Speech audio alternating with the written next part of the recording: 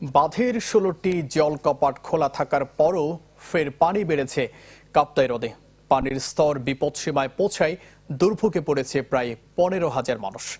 কাপ্তাই পানি বিদ্যুৎ কেন্দ্রের ব্যবস্থাপক এটিএম আব্দুল জাহের জানান, বাঁধের ২ ফুট উচ্চতায় প্রতি সেকেন্ডে কর্ণফুলীতে ৩৯,০০০ কিউসেক পানি ছাড়া হচ্ছে। তবে উজান থেকে পাহাড়ি ঢল অব্যাহত থাকে এবং রাঙ্গামাটিতে বৃষ্টিপাতের কারণে হ্রদে পানির স্তর দাঁড়ায় ১০৮.৮২ এমএসএল, যেখানে ধারণ ক্ষমতা ১০৯ এমএসএল। এদিকে পানি বেড়ে ডুবে আছে বসতবাড়ি ও সড়ক। পানিবন্দী মানুষের জন্য ৯২ টন খাদ্য বরাদ্দ দিয়েছে রাঙ্গামাটি জেলা প্রশাসন। বহুত মানুষ কষ্ট করতেছে, ঘরের ভিতরেও পানি, বাইরেও পানি, হাঁটতে পারে না, কষ্ট, সবার কষ্ট। আমরা অনেক কষ্টে আছি, বাচ্চা কাচ্চা নিয়ে ঘরে বসে থাকি সারাদিন, রাস্তাঘাট সব ডুবা, কোনো দিকে যাইতে পারতেছি না, আইতে পারতেছি না। আমাদের অনেক এখানে বৃদ্ধ মানুষ আছি, অসুস্থ, শ্বাসকষ্ট রোগ। আমরা সরকারের কাছে চাচ্ছি কি কাপ্তাই বাঁধের পানিটা আরেকটু বাড়তি করে সারি দেওয়ার দরকার। তাহলে আমরা যেভাবে কষ্ট আছি পানি দিয়ে পড়লে আমরা চলাফেরা করতেছি না।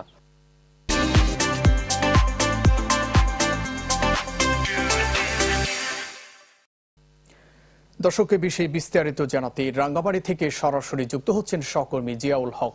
জিয়া। জুবায়ের, যে বিষয়টি জানিয়ে রাখতে চাই যে গত সপ্তাহে যে টানা যে বর্ষণ শুরু হয়েছিল, সেই বর্ষণে উজান থেকে নেমে আসা পানি এবং যে বৃষ্টিপাতে সেতে কাপ্তাই হ্রদের পানি একদমই পরিপূর্ণ হয়ে গিয়েছিল। এর মধ্যে যদি একটু দেখাতে চাই যে কাপ্তাই হ্রদের আশপাশে যে এলাকা, সেটি একদমই পানি অবস্থা পুরোটাই আসলে তলিয়ে আছে। যে কাপ্তাই জলবিদ্যুৎ কেন্দ্রের যে তথ্য আমরা জেনেছি, যে কাপ্তাই জলবিদ্যুৎ কেন্দ্রে আসলে পানির ধারণ ক্ষমতা হচ্ছে ১০৯ এমএসএল পর্যন্ত। ১০০ এমএসএল হলেও যে গত কয়েকদিনের যে টানা বর্ষণ, সেখানে প্রায় একদম সীমান্তের পুরো বিপদ সীমার একদমই শেষ পর্যায়ে ছিল, সেখানে ১০৮.৯২ এমএসএল পর্যন্ত উঠে গিয়েছিল। সেইখান থেকে পানি ছাড়ার গতি শুরু করেছিল গত রোববার থেকে। কাপ্তাই যে ১৬টি গেট, সেই ১৬টি গেট দিয়ে ৯,০০০ কিউসেক করে পানি ছাড়া হয়।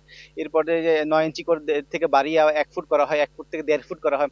আজকে সকাল থেকে সেটি ২ ফুট করে দেওয়া হয়েছে। সেখানে প্রায় ৩৯,০০০ কিউসেক পানি কর্ণফুলীতে অপসারিত হচ্ছে, নিঃসরণ হচ্ছে। একই সাথে যে ৫টি হাইড্রোলিক প্রজেক্ট বিদ্যুৎ উৎপাদন করা হচ্ছে, সেখান থেকেও প্রায় ৩২,০০০ পানি কিউসেক কাপ্তাই কর্ণফুলী নদীতে যাচ্ছে। এত পানি অপসারণ হওয়ার পরে যে উজান থেকে ক্রমান্বয়ে বৃষ্টিপাত, পাহাড়ি ঢলের কারণে কাপ্তাই হ্রদের পানি দিন দিন বৃদ্ধি পাচ্ছে। গত দুদিন ধরে যে পানিটা কমে আসছিল, গতকালকের যে বৃষ্টি, সেখানে আরো বৃদ্ধি পেয়েছে। আমরা যেসব এলাকা ঘুরে দেখেছি নিম্নাঞ্চল, সেটাও অনেকের ঘর বাড়িতে নতুন করে আবার প্লাবিত হয়েছে। রাস্তাঘাট যেখানে ভেসে উঠতে শুরু করে, সেটাও তো আবার ডুবতে শুরু করেছে।